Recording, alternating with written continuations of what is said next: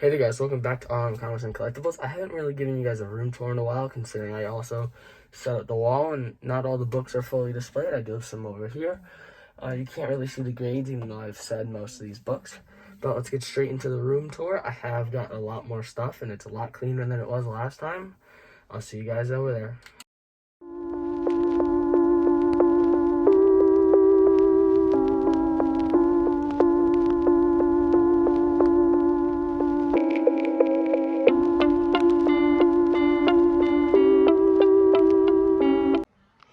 So guys, it has been a minute since I've done something like this. So I'll start off with the top shelf and work my way down, and then I'll show you guys and give you key info of all of the wall. So to start off, we have this upper shelf, which displays a bunch of action figures and a couple Funko Pops here and there. We obviously have a little bit of cars here. We have a car from Cars. We have two Mets cars. We have an old-fashioned car, and we actually have a Silver Surfer not cards. We have a He-Man snake figure. I forget what he's called. We have Overwatch. I'm also drawing a blank to his name. We have Jango Fett, which in my opinion is really cool. He used to have a jetpack. I currently don't have it on me, but he also lost one of his blasters a long time ago when I was very little. Then we have a First Order Stormtrooper. So now we have a little bit of Lego. We have the Han from the TIE Fighter from the Solo movie. Then we have Qui-Gon Jinn and Darth Maul. This is from a set from 1999, my oldest Lego set. Which in my opinion, these minifigures are awesome. If you guys want a set review on that set, I have actually the set down there. But on one of the other shelves. But if you want a set review, just put it in the comments. Also for these. So we have the Carbonite Boba Fett. And we have a Slave One Boba Fett. I actually got the Boba Fett and the Slave One together, and it was a phenomenal deal. Shout out to my Lego guy, Etvy. Then we have the 2021 Darth Vader from the Advent calendar, also two Stormtroopers right behind him. We have a C-3PO from, I believe this is the second movie, the Attack of the Clones, I want to say. Yeah, and then we have Sabine Wren, and a probe droid over here. As I said, we also have Bucky and this guy doing some stances. We have my LA Comic-Con exclusive Two-Face, and two Funko Pops and Jake Sully. We have a PX Preview exclusive Beta Ray Bill. We also have Bumblebee and Megatron. We also have this dinosaur one. Then we have a Slave One and a bunch of little guys, also a little Tiki from Hawaii. I'll also show you what's over here. We have a Pedro Pascal autographed artwork piece. We have Speed Racer, a photo of Tom Seaver, a katana. We have some more Tom Seaver stuff. We have a couple little guys up there, and a Mets thing up there. So as we move lower, I'll show the overall look. So this is from the 94 Spider-Man show. This is the Carnage figure. It was opened a long time ago. I got it when it was opened, and I just kind of put tape over it. Then we have this cool Spider-Man Funko Pop. He actually broke a while ago. You can kind of see like the areas he broke on his foot and stuff. It was bad, but I was able to fix him. We have my favorite ship ever, the Y-Wing. Is there anybody in the cockpit? Come on, focus. Okay, we'll just pop it open. We actually do. We have a droid. We have this cool Boba Fett. It is one of those ones that you open up, but I'm not going to open that up right now. We have the prototype Boba Fett too.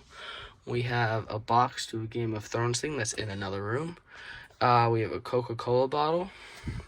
And they used to have these a long time ago. These were like the voice changer helmets that clones, like Clone Wars helmets, I think a couple other things. And we have a cool little Christmas R2-D2.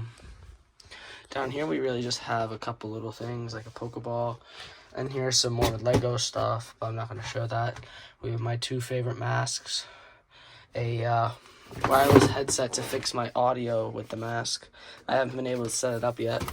And one of these old little, these are from, I'm going to change this These are like from my first comic shows, and that's like just a little thing. Now we're down to the first Lego shelf. Starting off, we actually had the Han and Carbonite set right there. We have from this is the battle pack, another battle pack. We have the transformation set of Darth Vader, Anakin into Darth Vader. We have that, this, another one of the battle packs, another part of a battle pack, and then here's actually the 1999 Qui-Gon Jinn versus Maul duel set right here. It's a very small set. Then we have the hallway scene, great battle pack in a way. We have actually the Slave 1 from the set where I showed the other Boba Fett. And then we have this, a droid carrier, which I plan on using as stop motion sooner or later. That's going to be fun to use. So down here at this bottom shelf, we actually, just a variety of items. We have an NXT right here, a remote control for a RC car that I'll show in a minute. We have a Bumblebee. My favorite Transformer is Bumblebee. I think this is Starscream. We have a Archer from, I'm forgetting, I'm drawing a blank to it. At one point it was my favorite movie when I was little. We do have a Halo figure. I'm forgetting which one it is, but it's not, I know Master Chief, but then we have another Transformer, another NXT. I actually named this one Nixie. We have another Transformer. I believe this was an aerial bot. We have the original Rancor. We have the General Lee from, I'm drawing a blank. And then we have George Lucas. And an R2-D2, Smart R2. Yeah, they don't make that anymore. Over here, we actually, as I just said, the RC car, obviously. I'll just show this out first. It's not really that big. Beyblade box, cool Charizard that I got in Hawaii a while back. Some cards and a little stand for my phone. Here we have a bunch of cool figures. So these are from the Boba Fett line. We have that RC car. We have these two from the Ahsoka show. This is the Gamer Treats Star Killer. We have R5-D4 and a Mandalorian Fleet Commander. Also, we have this Pikachu. And then we have a baseball shelf right here. I have more baseball memorabilia, but this is just a little tiny shelf to commemorate it in here. And over here we have some bobbleheads, and really that's it for the shelving. So, oh yeah, and in here we also have a bunch of like miscellaneous comic books that I recently bagged and boarded. The Midnight Suns, that's a good one. I believe we also have like some 90s books. Here we go, the 50th issue of Silver Surfer. I forget the first appearance in there. And then in here we have RoboCop #1. Go check out my other YouTube channel, Ghost Comics, to get the haul video on that. We have the second Deadpool, X-Force #2. We have that. Youngblood #1. Yeah, I try to collect as many Image #1s. Shadowhawk #1. Also some Valiant #1s. Death Blow by Jim Lee. Bloodshot, that's Valiant. Spawn, but yeah, that's that. So I'm going to start off with this top row. So we have my favorite Golden Age book. I only have two, obviously, but this is Amazing Detective #6. I got it at a comic show a while back. I think it is missing its centerfold, sadly, but it presents beautifully. And I love the colors, it pops. Next up, we have my Amazing Spider-Man 361, second print. This is the first appearance of Carnage. Beautiful book. One of my favorites, but I obviously have better based on my wall and backdrop usually. And we have Wolverine #1. This is his first solo series. I believe this also has an appearance in it. It's also a newsie, so that's really nice. Next up, we have my Hulk 182, second appearance of Wolverine. Sadly, it's missing its Marvel value stamp, but it was an affordable way to get it, and it's like a 6L. Down here, we have Spawn #8. This is an homage to Spider-Man #1 from the 90s. Next up, we have the Superior Spider-Man #1 signed by, I believe, Edgar Delgado. Correct me if I'm wrong, but I'll give you guys a better look at it. It doesn't look like that. In my opinion, it looks like Dan Slott, so I think I'll change my answer to Dan Slott. Then we have Superior Carnage #1. I had to have these two together because they look really nice together. Autographed by Kevin Shinick. I believe the artist on the book, or the writer, I forget. Spawn #2. There is some key significance, but I just really love the cover. So over here, we're going to start with the graded books. We have Amazing Spider-Man #9. First appearance of Wonder Man. I love this book. It was my second graded book. So these are in like numerical by grade. But yeah, we have the first comic book appearance of Rocket Raccoon. I don't know how I'm forgetting that, but it's really nice. It actually could use a clean and a press. I'm sorry about the glare, but as you can tell, it's like very like stained and stuff. So I'm thinking that with a cleaner and a press, clean and a pressing, it looked like a 4. I would want to say 4 or 5, but that's too much of a push considering it's got the pen. It's got more pen. It's got like color breaking creases up there. Then we have my Amazing Spider-Man #7, second Vulture. It does have a chip in its lower corner. It is off-white to white, which is good. I'd prefer off-white. Oh, it's only off-white. It's okay. It doesn't matter. It is a grail book, in my opinion. Then we have my 4/5 of ASM #8, first appearance of the Living Brain. Really nice. Presents beautifully. Might have to get it re-slabbed because it feels loose. And with the whole CGC scam, I'm going to check the list on it, because I might be a little skeptical of this book. Then we have a My Amazing Spider-Man 362. This is the second appearance of Carnage. It is a newsstand, which is really nice.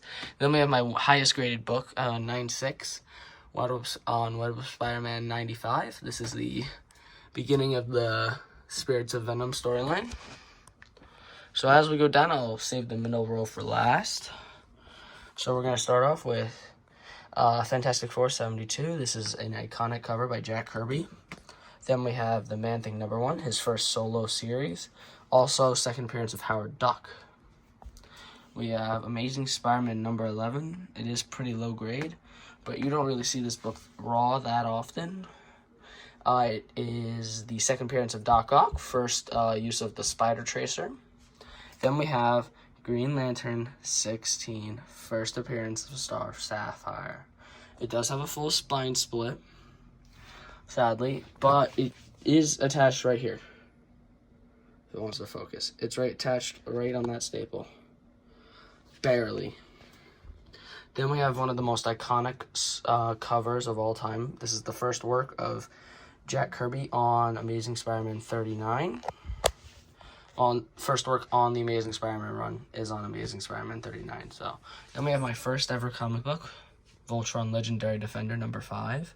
I love the cover art, but it is my first book, so I obviously kind of have to have it on the wall. Then we have Fantastic Four 53, second appearance of T'Challa, Black Panther. I think it's the first appearance of his father, too. A lot of first appearances in this book. A lot. I'm not going to read them all off. I'm going to start off with this book. We have The Avengers #5. This is the first appearance of the Lava Men. I'm going to skip to the other side because these books just get better and better as they go on. Here comes Daredevil #5, The Man Without Fear. It is superiorly low grade, if that wants to focus. But it is the first appearance of the Matador, and it's one of the 6 issues that have him in the yellow suit, aside from ASM 16, book I hope to get sooner or later. Then we have X-Men 19. I believe this is the first appearance of Mimic, which is really cool. Really low grade too, cover detached, but I believe it is complete, so that is nice. Then after that, we'll have this is Tales to Astonish #22, first appearance of the Crawling Creature. Water damage, but I need it for my run, and it is my earliest issue of Tales to Astonish, issue 22. So it does present pretty nice too, so that's a bonus. Then we have ASM 101, first appearance of Morbius. This book has tanked since the movie, which is sad, but it is a really nice book. I'm definitely considering getting it graded. I think it'd come back, based on the spine alone, a 7.5 because of that really nasty tick. If that tick wasn't there, I think maybe it would have a shot at like an 8.0, but that'd be pushing. But overall, it's okay. You got that crease 2 up there.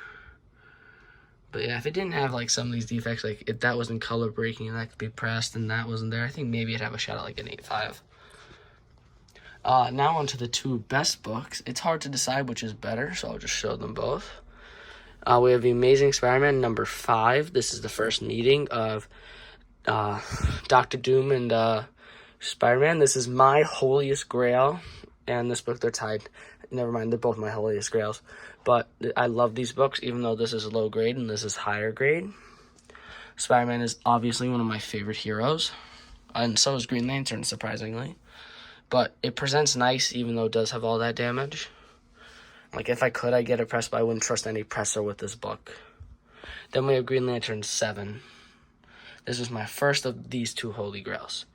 It's been one of my books for a very long time. It is the first appearance of Sinestro, Green Lantern's rival.